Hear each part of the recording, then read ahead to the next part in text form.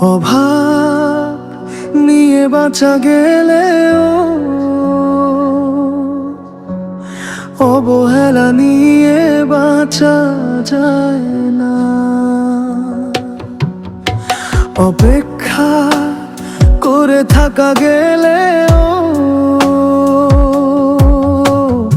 আক্ষেপ নিয়ে থাকা যায় না। অপূর্ণতা নিয়ে বাঁচলেও অভিযোগ করিনি, শুধু নিজেকে সরিয়ে নিয়েছি। যত্ন নিয়ে বাঁচা যায় না। চুপ করে সব কিছু মেনে নিলে মিথ্যা মানা যায় না। মানুষ থেকে মানুষই